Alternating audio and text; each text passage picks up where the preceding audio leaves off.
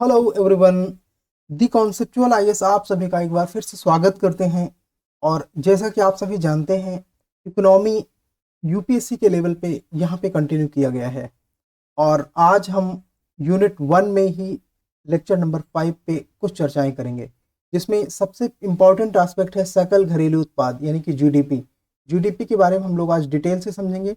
इसमें जीवी method and GDP डेफलेटर की कॉन्सेप्ट जो कि इसके साथ इंटरवीवन है, उनको साथ में हम लोग आज समझेंगे। और उससे पहले दी कॉन्सेप्चुअलाइज आप सभी लोगों के लिए लेके आए हैं 100 पेपर की एक टेस्ट सीरीज। देखो, ये 100 पेपर कैसे हैं कि इनमें 58 पेपर्स तो टॉपिक वाइज हैं। मतलब ये कि आप जो टॉपिक पढ़ रहे हो, उदाहरण के तौर पर आप इकोनॉमी का कोई टॉपिक मनी एंड बैंकिंग पढ़ रहे हो, तो मनी एंड बैंकिंग से रिलेटेड ही आपको 2 पेपर यहाँ पे मिलेंगे। तो उन 2 पेपर को साथ में अटेम्प्ट करो, ठीक है। इसके अलावा 12 रिवीजन पेपर्स हैं एंड 15 एडवांस लेवल के पेपर्स हैं और 15 पेपर ही कॉम्प्रहेंसिव लेवल के पे। तो 58 तो टॉपिक वाइज पेपर हो गए। मतलब ये कि जो टॉपिक चल रहा है उसी टॉपिक पे आपको क्वेश्चंस मिलेंगे। फिर रिवीजन पेपर्स में सब्जेक्ट वाइज रिवीजन पेपर्स होंगे, ठीक है। उसको जैसे 2 पार्ट में बांट के, 3 पार्ट में बांट के, उस तरह से। एडवांस लेवल पेपर में बहुत ही क्रिटिकल लेवल के पेपर होंगे, क्वेश्चंस होंगे and comprehensive papers as well. तो इस तरह से आपको मोर देन 5000 क्वेश्चंस हिट करने का अवसर मिलेगा यहाँ पे। More than 5000 questions. और जैसा कि मैं हमेशा बताता आ रहा हूँ, बहुत सारे टेस्ट सीरीज इंडिया में हैं, कई सारे टेस्ट सीरीज काफ़ी पॉपुलर हैं, बट जब आप उनका रिकॉर्ड चेक करोगे यूपीएससी एग्जामिनेशन में, तब आप पाओगे कि ये उतना रिलेवेंट नहीं थे। एक बार आप कॉन्सेप्चुअल आईएएस की टेस्ट सीरीज को हिट करो, फिर आप देखो कि क्या आपको ये उस तरह से एग्जाम में हिट मिलते हैं कि नहीं। And certainly this is India's best test series available at only less than rupees 3000, that is less than rupees 30 per paper.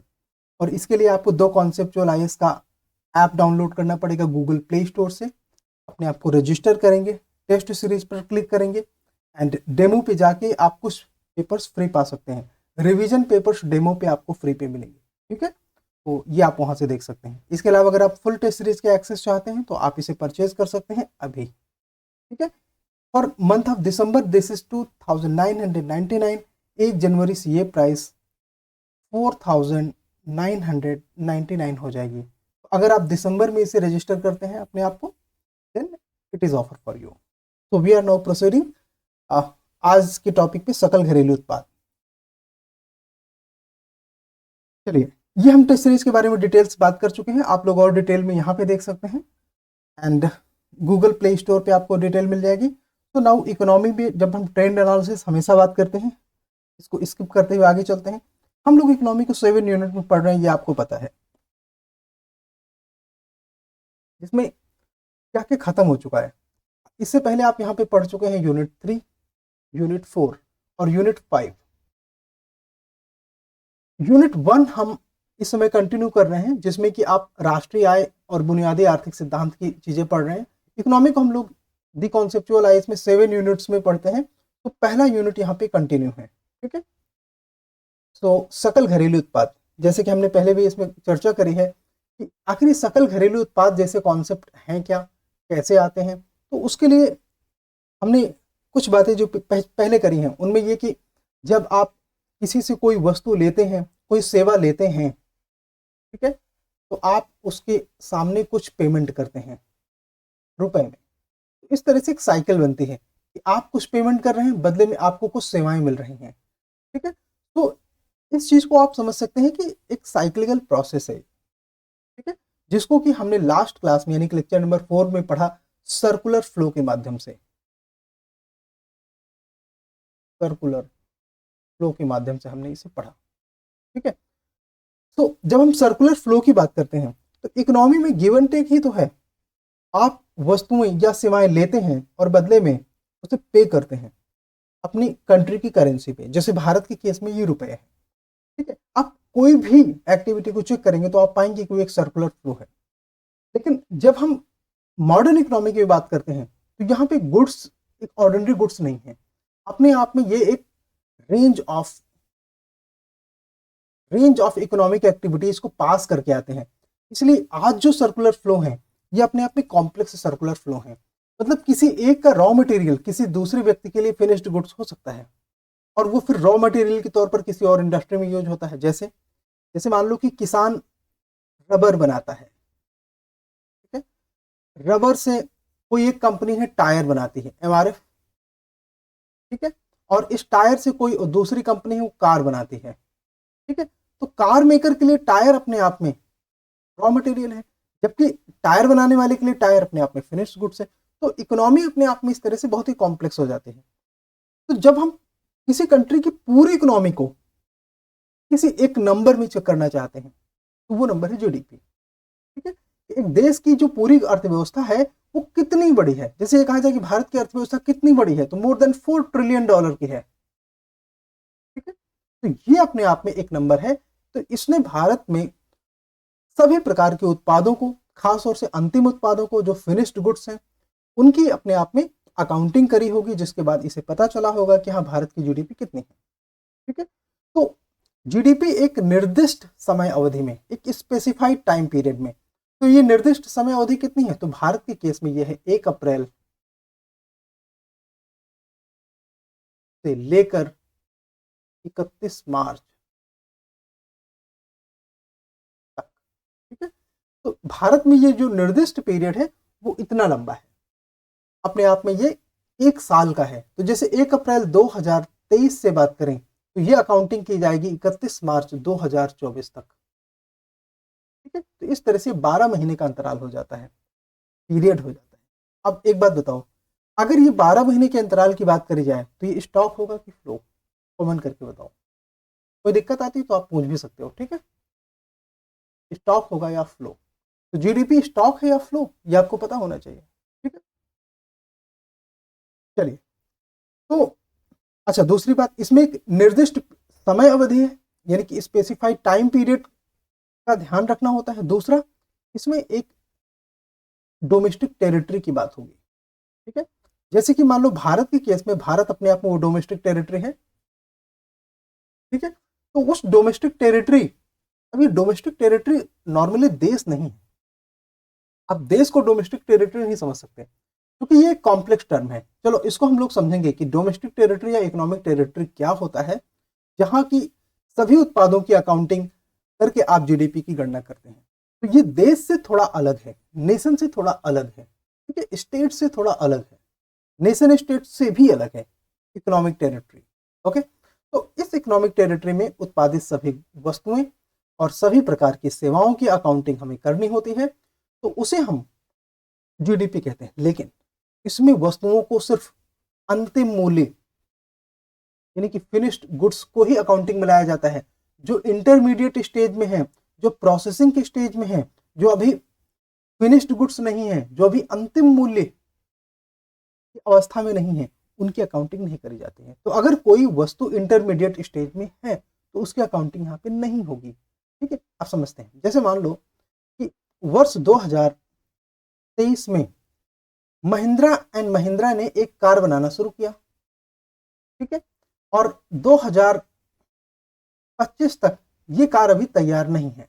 कल्पना कर लो, ये कार अभी तैयार नहीं है, तो क्या 2023-24 वाले वित्त वर्ष में इस कार को आप जीडीपी में गणना करोगे? उत्तर है नहीं, ठीक है। 2025 में तैयार नहीं है, अगर मान लेते हैं कि 2026 में तैयार होती है तो 2025 से 2026 वाले वित्त वर्ष में इसकी गणना की जा सकती है, प्रोवाइडेड अगर वो 31 मार्च के पहले तैयार हुआ, ठीक है। तो अंतिम मूल्य, स्पेसिफाइड टाइम और डोमेस्टिक टेरिटरी, ये 3 बातों को अगर आप ध्यान में रखेंगे तो आप जीडीपी के बारे में सही आकलन कर सकते हैं, ठीक है। तो जीडीपी की गणना किस तरह की जाए, ये अपने आप में चुनौती भरा विषय बना रहता है। तो जीडीपी की गणना करने के लिए 3 तरीके होते हैं, और एक तरीका तो ये है कि उस डोमेस्टिक टेरिटरी में सभी लोगों ने कितना व्यय किया है, इसके आधार पर, ठीक है। देखो, अब आप बोलोगे कि ये कैसा तरीका है, तो हमने सर्कुलर फ्लो के माध्यम से देखा था कि जो उत्पाद होता है उसको कभी ना कभी खरीदा गया होगा। तो एक तरीका है यह है कि जब खरीदा गया होगा तो किसी न किसी व्यक्ति का उसमें व्यय हुआ होगा, तो उसे हम एक्सपेंडिचर मेथड या व्यय विधि के माध्यम से जीडीपी का आकलन कर सकते हैं। दूसरा, उस डोमेस्टिक टेरिटरी में कितना उत्पाद बना है, इसके माध्यम से भी यह आकलन किया जा सकता है, ठीक है। या कितनी आय हुई है, देखो किसी का व्यय किसी की आय है, एक एक रुपए का हिसाब किया जा सकता है। 100 अगर हम मान लेते हैं तो हो सकता है मजदूर को, निर्माता को, बैंक को, सबको अपना अपना हिस्सा मिल गया हो।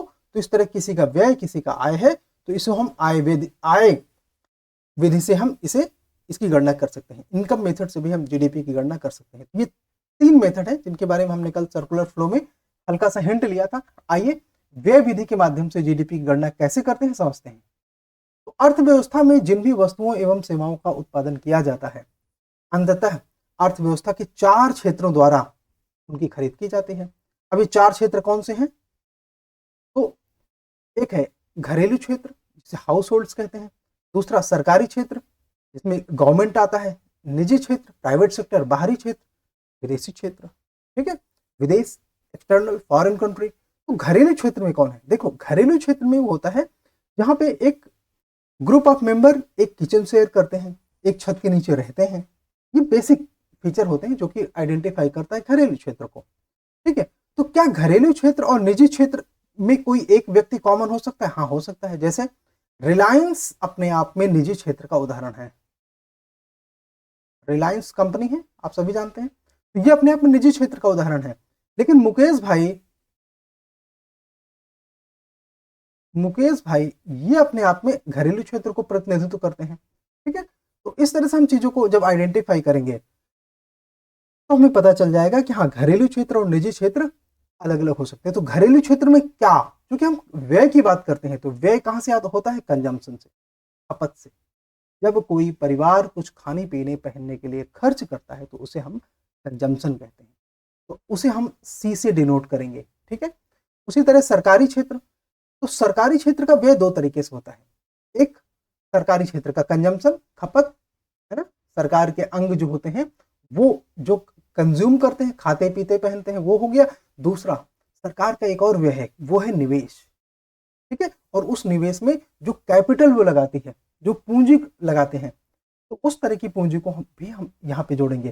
तो दोनों को, यानी कि जो सरकारी क्षेत्र द्वारा पूंजी का निवेश किया जाता है उसे, और जो उसका उपभोग किया जाता है, इन दोनों प्रकार के खर्चों को जो हम जोड़ लेंगे तो उसे हम जी से डिनोट करते हैं। ठीक है, फिर अब आता है निजी क्षेत्र। तो निजी क्षेत्र में जो प्राइवेट सेक्टर के उत्पादक हैं, उनके द्वारा जो भी निवेश किया जाता है उत्पादन प्रक्रिया को बढ़ाने के लिए, उसको हम आई, इन्वेस्टमेंट आई से हम डिनोट करते हैं। और अब आता है बाहरी क्षेत्र। तो बाहरी क्षेत्र में एक्सटर्नल सेक्टर जिसकी हम बात करते हैं, तो उसके निर्यात को एक्स से डिनोट करेंगे और आयात को एम से डिनोट करेंगे। ठीक है, इंपोर्ट, एक्सपोर्ट, लैटिन में इसी तरह जिन टर्म में ज्यादा जोर होता था उसके आधार पर शब्दों के प्रतीक निर्धारित किए जाते थे, जैसे एक्सपोर्ट एक्स, इंपोर्ट एम, है ना, इस तरह से। तो अब हम जब जीडीपी की गणना करेंगे तो भारत देश या किसी भी डोमेस्टिक टेरिटरी में कंजम्पशन यानी खपत, प्राइवेट सेक्टर द्वारा जो इन्वेस्टमेंट है यानी कि निवेश, गवर्नमेंट सेक्टर द्वारा जो खर्च है जिसमें कि निवेश और खपत दोनों होते हैं, को जोड़ लेंगे।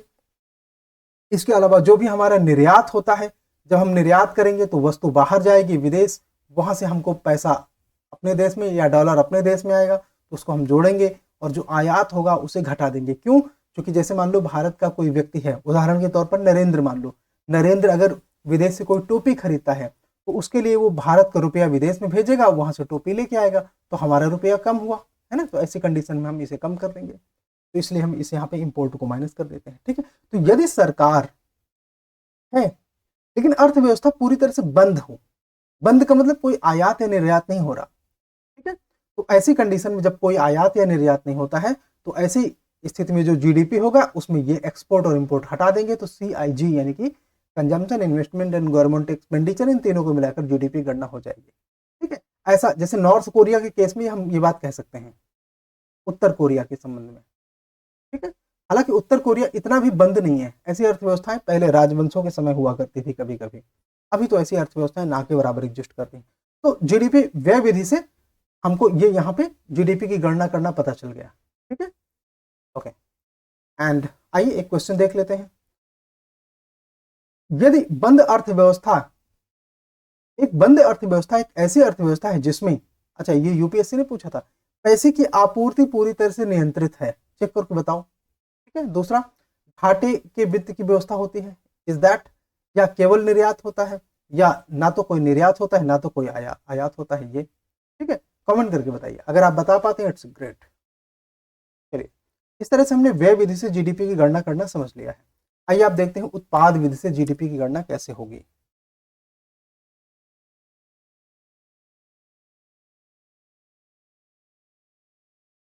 चलिए, तो हाँ, हम लोग बात कर रहे हैं उत्पाद विधि से जीडीपी की गणना। चलिए, यानी कि ग्रॉस वैल्यू एडेड, यानी कि मूल्य वर्धित व्यय। तो उत्पाद विधि में कितना मूल्य वर्धन हुआ है, अगर मूल्य वर्धन समझने का एक तरीका अपनाते हैं, जैसे मान लो कि 2019 में एक कंपनी है, मान लो महिंद्रा एंड महिंद्रा है, ठीक है। तो इस कंपनी ने एक देश में उदाहरण के तौर पर 10,000 करोड़ के उत्पाद बनाए हैं, ठीक है। और 2023 में मान लेते हैं कि इसने बनाए हैं 12,000 करोड़ के उत्पाद, ठीक है। तो जितना भी वैल्यू ऐड हुआ, कितना ऐड हुआ, 12,000 करोड़ 2023 में। तो जो वित्त वर्ष 2022-23 का होगा, वहां पर हम 12,000 करोड़ जोड़ेंगे, क्योंकि इतना मूल्य जुड़ा, ठीक है। या ये कहने कि उतना उत्पादन हुआ, इसका ये मतलब है। इस पद्धति में हम उत्पादित वस्तुओं एवं सेवाओं के कुल वार्षिक मूल्य को देखो की गणना करते हैं, ठीक है। मान लीजिए कि एक अर्थव्यवस्था में केवल 2 प्रकार के उत्पादक हैं, जैसे कि किसान जो 100 रुपए के गेहूं को बनाता है, और एक बेकर जो कि 250 रुपए मूल्य का ब्रेड पैदा करता है, ठीक है। बेकर जो ब्रेड बनाते हैं। तो जीडीपी क्या होगी, किसान द्वारा मूल्यवर्धन कितना है, 150 रुपए, और बेकर द्वारा मूल्यवर्धन कितना है, तो बेकर 250 रुपए का ब्रेड बनाता है। इस 250 रुपए को पूरा बेकर ने नहीं बनाया, 100 रुपए इसमें किसान के हैं, और 150 रुपए का मूल्यवर्धन बेकर ने किया है। तो बेकर द्वारा मूल्यवर्धन हुआ 150 रुपए, तो जीडीपी हो जाएगी 250 रुपए। बस यही ध्यान देना है आपको कि बेकर ने 250 रुपए के ब्रेड बनाया, लेकिन वो 250 रुपए में 150 रुपए का मूल्यवर्धन बेकर के द्वारा किया गया, 100 रुपए का मूल्यवर्धन किसान द्वारा किया गया, ठीक है। तो इस तरह से जीडीपी इस सिचुएशन में 250 रुपए हो जाएगी। अगर हम बाकी चीजों को अब्सोल्यूट फैक्टर्स शून्य मानते हुए जीडीपी की गणना करते हैं, तो जीडीपी यहाँ पे 250 हो जाएगी। तो मूल्यवर्धन इस बात पर निर्भर नहीं करता कि किसान गेहूं को बाजार में बेच रहा है या खुद खा रहा है। मूल्य संवर्धन मूल रूप से वह मूल्य है जो किसी के काम के द्वारा बाजार में आएगा, और इसमें लाभ भी शामिल है। तो ध्यान दो कि अगर किसान उत्पादन करके उसे खुद खा रहा है तो भी वैल्यू एडिशन हुआ, ठीक है।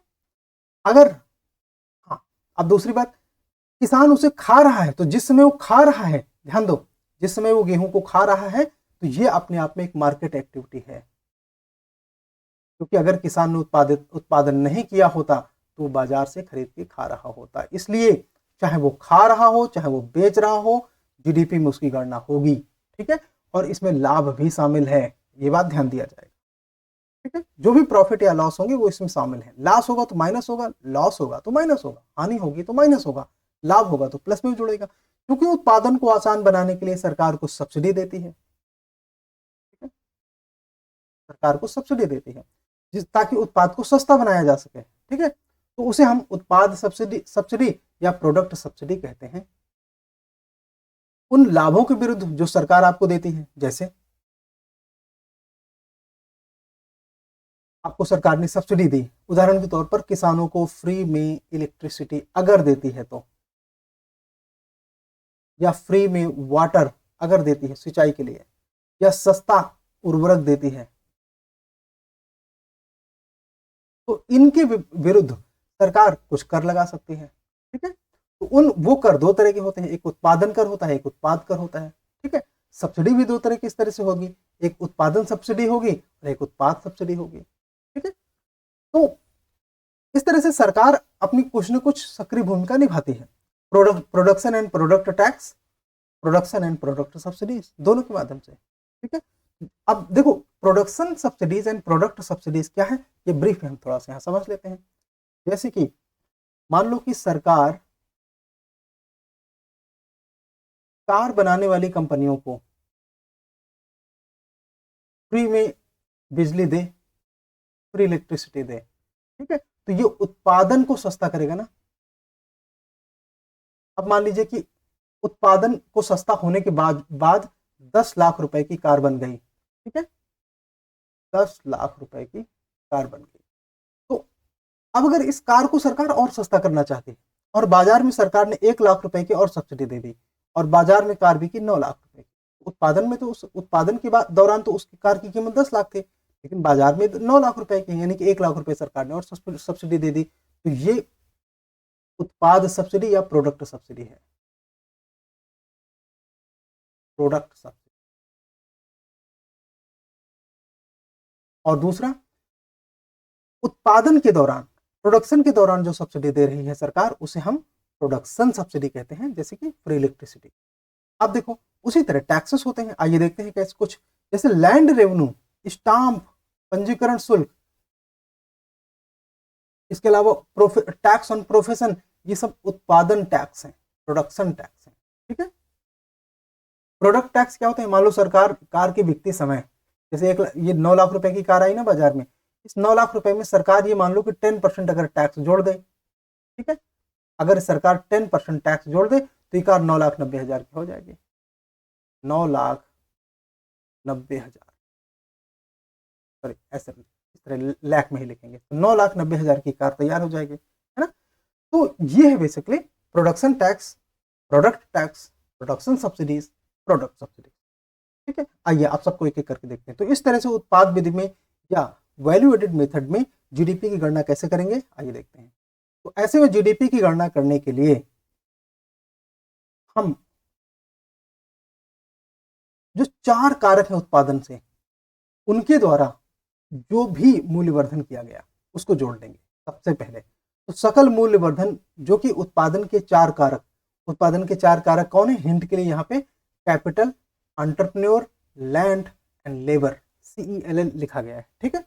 इसमें जोड़ेंगे उत्पादन कर, क्योंकि ये सरकार कर लगाएगी तो ये प्रोडक्ट के मूल्य में वृद्धि करेगा, ठीक है, वृद्धि करेगा। फिर सरकार देगी उत्पादन के दौरान कुछ सब्सिडी, जैसे अभी हमने बात करी फ्री बिजली, मान लो पानी, भूमि, इस तरह की अगर कोई सरकार सब्सिडी देती है तो सब्सिडी, चूंकि सब्सिडी देने के बाद उत्पादित वस्तु की कीमत में कमी आ जाती है, क्योंकि ये कमी सरकार की सब्सिडी के कारण होता है, इसलिए हम इसे माइनस करते हैं। चिन्हों को कैसे लगाएंगे यही समझना है आपको, नहीं तो आप रट्टा मारते रह जाओगे लाइफ टाइम, ठीक है। फिर इसके बाद सरकार इसमें कुछ प्रोडक्ट टैक्स लगाती है जब प्रोडक्ट बाजार में आता है, जैसे कि यहाँ पे हमने 9 लाख की कार में 10% टैक्स जोड़ के 90,000 रुपए टैक्स इकट्ठा कर लिया था, ठीक है। तो ये प्रोडक्ट टैक्स, इसको जोड़ेंगे क्योंकि ये प्रोडक्ट के मूल्य को बढ़ाएगा, कार के मूल्य को बढ़ाएगा, तथा सरकार को सब्सिडी देती है, जैसे कि हमने थोड़ी देर पहले 10 लाख रुपए सब्सिडी लगा दी थी, 1 लाख रुपए यहाँ पे सब्सिडी लगा दी थी ये वाला, है ना। तो ये कीमत घटाता है, तो 10 लाख से इसने 9 लाख कर दिया था, तो ये सब्सिडी चूंकि कीमत घटा रहा है इसलिए हम इसको माइनस, ठीक है। तो इस तरह से जो जीडीपी मार्केट प्राइस हमको प्राप्त होगा है वो जीवीए यानी कि 4 फैक्टर्स के द्वारा जो भी वैल्यू एडिशन किया गया है उसे हम जीवीए फैक्टर कॉस्ट कहते हैं।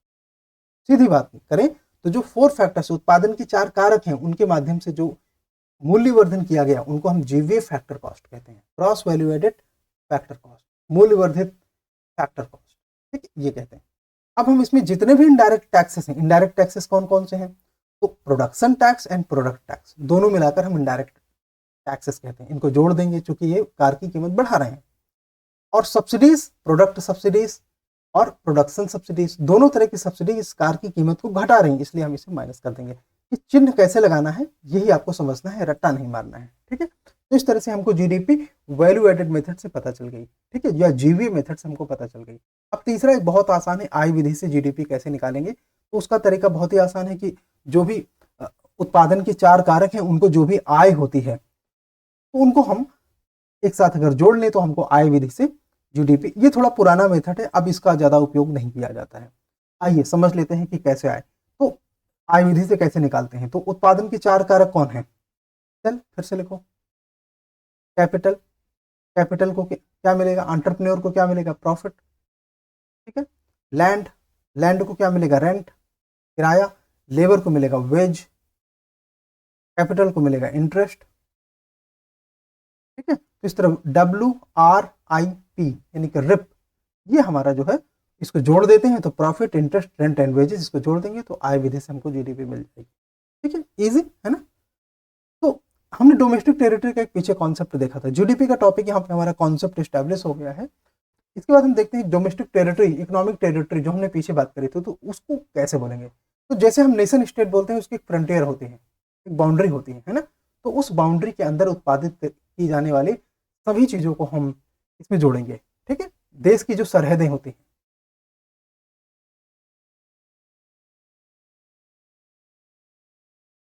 इसके अलावा टेरिटोरियल वाटर, आपको पता है कि अगर मान लो ये भारत का तमिलनाडु वाला कोस्ट है, तो यहां से लेकर 200 नॉटिकल माइल, 200 नॉटिकल माइल तक जितना भी इकोनॉमिक एक्टिविटी है वो उसका लाभ किसको मिलेगा, भारत को। तो वो टेरिटोरियल वाटर में भारत का आर्थिक हित है, तो उसे हम जोड़ेंगे, ठीक है। इसके अलावा शिप, मान लो भारत का कोई शिप कहीं भी हो, आर्कटिक, अंटार्कटिक, पैसिफिक, किसी भी महासागर में हो, उस शिप में के द्वारा जो भी आय होगी वो भारत की आय है, तो वो भारत का इकोनॉमिक टेरिटरी माना जाएगा। एयरक्राफ्ट, भारत के एयरक्राफ्ट मान लीजिए दिल्ली से उड़ा, ठीक है, कतर में रुका, कतर में कुछ यात्री इसमें बैठे, तो जो यात्री बैठेंगे वो किराया देंगे, किराया किसको मिलेगा, भारत को मिलेगा, ठीक है। तो ये एयरक्राफ्ट हमारा हो गया। फिशिंग वेसल, मान लो हमारी फिशिंग वेसल है, कहीं भी फिशिंग कर रही है, तो जो मछलियां आएंगी उससे जो व्यापार होगा वो भारत का होगा, तो वो जुड़ेगा, ठीक है। ऑयल एंड नेचुरल गैस रिक्स, देखो ये रिक्स का मतलब ये होता है कि जो आप समंदर में देखते हैं ना, जैसे कोई फैक्ट्री, कोई प्लांट वहां पे चल रहा हो, बेसिकली ये रिगिंग करते हैं।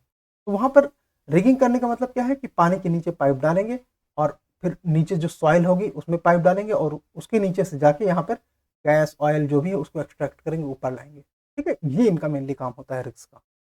तो अगर ऑयल, गैस कुछ भी निकाला जाएगा उसकी एक इकोनॉमिक वैल्यू है ना, उसका एक आर्थिक महत्व है, उसकी एक मनी जनरेटिंग कैपेसिटी है, पैसा कमाने की उसकी एक क्षमता है, तो वो सब कुछ किसका है, भारत का है।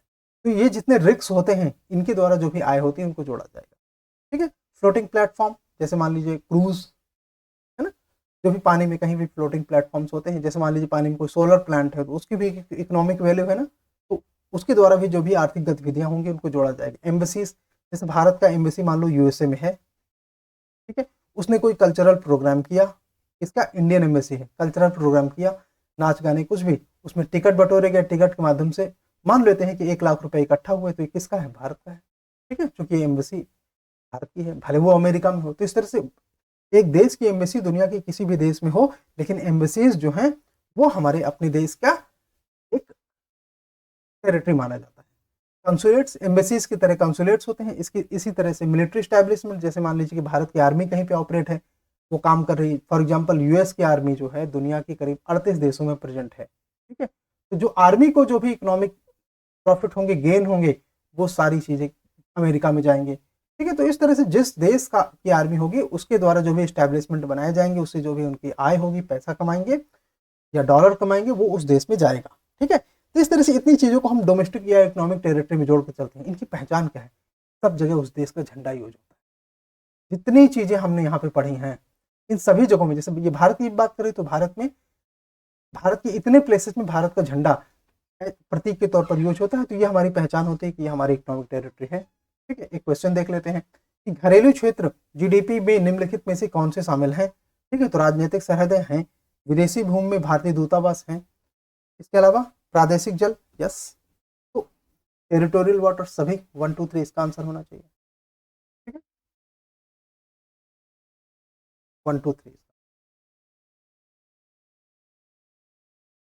यस। चलिए, सर्कुलेशन मेथड, आजकल नेशनल स्टैटिस्टिकल ऑफिस किस तरह से जीडीपी की अकाउंटिंग करता है, तो वो 2 विधियों का उपयोग करता है। एक तो व्यय विधि, एक्सपेंडिचर मेथड, दूसरा जीवे मेथड, यानी कि मूल्यवर्धित विधि। मूल्यवर्धित विधि और एक्सपेंडिचर मेथड, व्यय विधि, इन दोनों विधियों से जीवीए जो है, सॉरी एनएसओ जो है वो जीडीपी की गणना करता है, ठीक है। तो जीवीए मेथड का तरीका क्या है कि जीवीए मेथड में जैसे कि क्या क्या चीजें हैं, उनके जो टाइटल्स हैं वो क्या क्या है, तो कृषि, वानिकी, मत्स्य पालन, खनन, उत्खनन, विनिर्माण, बिजली, गैस आपूर्ति, ये ना रट्टा मारे प्रॉपर, तो रट्टा मार डालो और कुछ नहीं, एक बार देख लो। तो कम से कम आपको आइडिया हो जाएगा। इतनी इन सारी चीज़ों को एनएसओ जो है वो लिस्ट करता है और इसके माध्यम से जीबीए की अकाउंटिंग होती है। व्यय विधि, व्यय विधि का फार्मूला वही है, consumption, investment, government expenditure, export, इन चीज़ों को जोड़ देंगे और इम्पोर्ट को माइनस कर देंगे। ठीक है, ये हमारा फार्मूला है ना। इसी फार्मूले के माध्यम से जीडीपी की अकाउंटिंग होती है। अब देखो कई ऐसे सेक्टर्स हैं, कई ऐसे एरियाज हैं जहाँ पे एनएसओ जो है वो कांस्टेंट प्राइस पर, स्थिर कीमतों पर जीडीपी का अनुमान नहीं लगा पाता, सक्षम नहीं होता। तब वहां पे क्या करते हैं, सीपीआई और डब्ल्यूपीआई के डेफलेटर का इस्तेमाल किया जाता है। ठीक है, तो इस डेफलेटर के बारे में हम लोग इन्फ्लेशन वाले चैप्टर में और डिटेल में पढ़ेंगे। फिलहाल शॉर्ट में थोड़ा सा देख लेते हैं कि अच्छा, बाकी डिटेल में आप इसके डेफलेटर पढ़ना चाहते हो तो द हिंदू को ये आर्टिकल पढ़ सकते हैं, थोड़ा इंपॉर्टेंट है। ठीक है, एंड अगर हम शॉर्ट में देखना चाहते हैं कि जीडीपी प्राइस डेफलेटर कैसे काम करता है, तो देखो इसका तरीका क्यों मैंने क्यों बोला कि जैसे हमको स्थिर प्राइस पता करना है, कांस्टेंट प्राइस कैसे पता चलता है, बेस ईयर्स। अब मान लो किसी सेक्टर का बेस ईयर हमें पता ही नहीं, तो हमको कैसे पता चलेगा, तो नहीं पता तो कोई बात नहीं, तो उसमें हम जीडीपी डेफलेटर यूज करते हैं, किसका, सीपीआई और डब्ल्यूपीआई का। कैसे, तो उसका तरीका ये कि हम मान लो नॉमिनल जीडीपी निकालते हैं और उसको डिवाइड कर देते हैं रियल जीडीपी से, मल्टीप्लाइड बाई 100 निकाल लेते हैं। तो इस तरह से जो टोटल जीडीपी में हमने डिफ्लेटर का यूज करके जो वैल्यूज निकाले, उसके आधार पर भी हम इस जीडीपी का काउंटिंग यहाँ पे कर सकते हैं। तो किसी वस्तु का नॉमिनल मूल्य पैसे के संदर्भ में वह मूल्य है जो किसी वस्तु या सेवा के बंडल को, हाँ, क्यों बढ़ाता है, इन्फ्लेशन की कीमत की वजह से बढ़ाता है। जितनी मान लो मुद्रास्फीति होगी उसके कारण उसकी प्राइस में जो इंक्रीज होता है तो उसकी वैल्यू अपने आप यहाँ पे बढ़ती है। जीडीपी डेफलेटर का अनुमान तिमाही आधार पर उपलब्ध होता है, जबकि सीपीआई डब्ल्यूपीआई का डेटा हर महीने जारी किया जाता है। इंपॉर्टेंट फैक्ट है प्रीलिम के लिए, नोट कर लो। अब जीडीपी गणना पद्धति ये हमने कर लिया है, ये भी कर लिया है। So thank you so much for joining our session the conceptual IAS economy. Telegram channel join कर लीजिए अगर आप पीडीएफ पाना चाहते हैं, तो समय समय पे नोटिफिकेशन पाना चाहते हैं, तो टेस्ट सीरीज ज्वाइन करना चाहते हैं तो गूगल प्ले स्टोर में जाइए, द कॉन्सेप्चुअल आईएएस का एप्लीकेशन डाउनलोड करिए और टेस्ट सीरीज फॉलो करिए। This is one of the most economical and most standard test series in India. ठीक है, ये बात हम कहते नहीं, आप खुद देखिए और पता करिए। हाँ, वाहियात टाइप के क्वेश्चन आपको यहाँ पर नहीं मिलते हैं। And please do not forget to subscribe our channel and please do share if you like this session, please. Thank you so much and have a nice time.